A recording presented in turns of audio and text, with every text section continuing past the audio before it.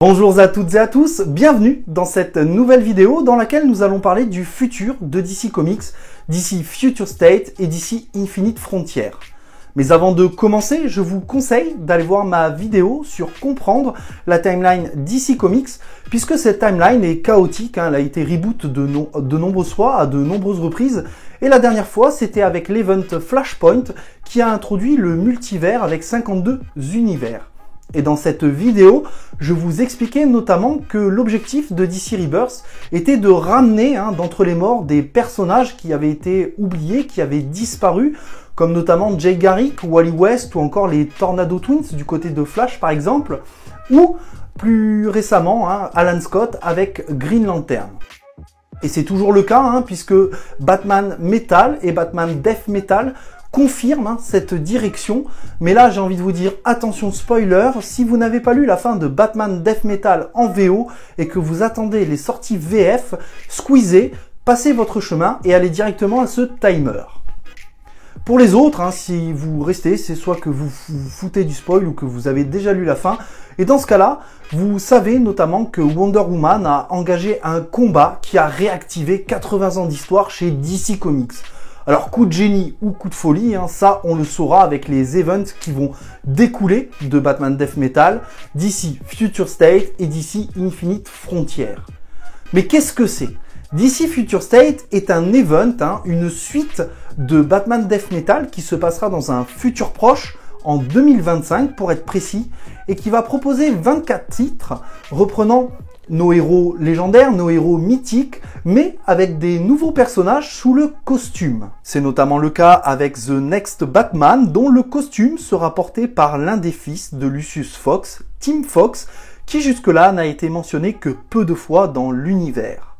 La série Dark Detective, avec notamment la présence de Bruce Wayne, et là, il est légitime de se demander s'il y aura bien deux Batman. Toujours autour de Batman, Catwoman, Nightwing auront leur propre série, ainsi que Robin Eternal qui signera le retour de Stephanie Brown, la Robin féminine. L'Homme d'Acier sera remplacé par son fils John Kent dans la série Superman of Metropolis, mais il y aura également d'autres séries autour de l'Homme d'Acier, avec notamment Superman vs Imperius Lex, Superman, la maison des L, Superman Wonder Woman, Superman World of War, ou Batman Superman et Superwoman qui reprend Kara, la cousine de Clark. Il y aura aussi Yara Flor, la nouvelle Wonder Woman présentée dans Wonder Woman, ainsi qu'une autre série intitulée Immortal Wonder Woman. La nouvelle Green Lantern, Jo Mullein, sera présente au sein de la série Green Lantern, sans oublier The Flash, Shazam ou Harley Quinn, ou encore Aquaman qui regroupera la présence de sa fille Andrina Curie et d'Aqualad, et bien sûr la série Swamp Things. Les groupes de super-héros seront eux aussi bien présents avec la Justice League, Legion of Super-Héros, Teen Titans et la Suicide Squad, qui marquera notamment le grand retour de Connell, le deuxième Superboy qui sera aux commandes d'une nouvelle Suicide Squad postée sur Terre 3 et dirigée par Amanda Waller. Mais là où ça devient intéressant, c'est concernant Infinite Frontier, puisque en observant la couverture de Infinite Frontier 0, on peut rapidement comprendre que le multivers est la clé de tout. Sur la couverture d'Infinite Frontier, nous pouvons apercevoir plusieurs terres en arrière-plan, ainsi que Calvin Ellis, le Superman de la Terre 23, Tim Fox en Batman ou Nubia, la Wonder Woman également venue de la Terre 23, présente notamment dans DC Future State et DC Infinite Frontier.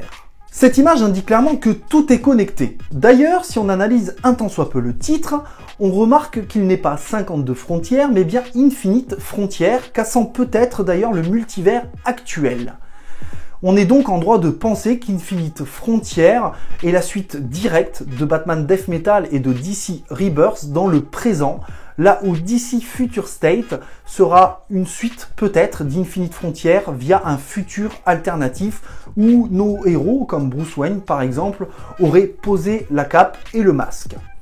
Qu'est-ce que ça veut dire? Eh bien, ça veut dire tout simplement qu'il y aura 2 events à 2 périodes bien distinctes, mais qui sont pourtant tous les deux la suite de Batman Death Metal et de DC Rebirth. L'event DC Infinite Frontier nous proposera notamment une nouvelle Justice League, suite directe de Justice League Endless Winter, qui sera publiée en mars chez nous, intégrant notamment Black Adam ou Hippolyta, la mère de Wonder Woman, ou encore Naomi, la super-héroïne de chez DC, créée par Brian Michael Bendis, qui sera l'auteur de cette série. Et toujours dans les groupes, nous aurons bien sûr la Teen Titans Academy, Suicide Squad, qui intégrera le retour du Pacemaker, dont la série est prévue sur HBO, et que l'on pourra apercevoir dans le film The Suicide Squad de James Gunn, ou encore une série sur le syndicat du crime.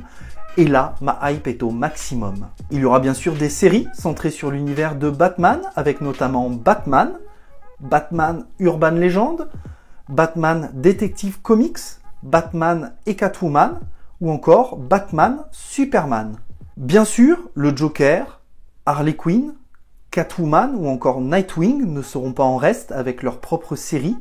Et bien sûr, l'Homme d'Acier n'est pas oublié, avec Superman Red and Blue, Superman Action Comics ou Superman. The Flash, Green Lantern, Wonder Woman ne seront pas non plus oubliés.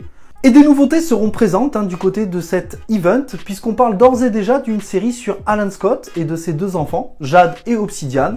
Et on parle également du retour de Stargirl, écrit par Geoff Johns lui-même. Du côté d'Aquaman, de Redwood ou de la Légion, pas de nouvelles, donc il faudra peut-être se contenter de ce qui sortira chez DC Future State.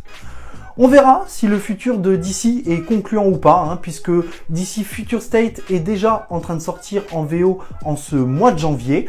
Du coup, on aura des retours très rapidement et je ne manquerai pas de vous les partager, bien évidemment. En tout cas, sachez qu'il y a quand même quelques séries qui me hype, comme notamment celle autour du syndicat du crime, du Joker. C'est vrai qu'on n'a jamais eu de série sur le Joker seul, donc à voir ce que ça donnera. Merci à vous d'avoir regardé cette vidéo, n'hésitez pas à vous abonner et à partager la vidéo sur vos réseaux sociaux. On se donne rendez-vous très rapidement pour une nouvelle vidéo. Prenez soin de vous et n'oubliez pas, de grands comics impliquent de grandes lectures. À très vite.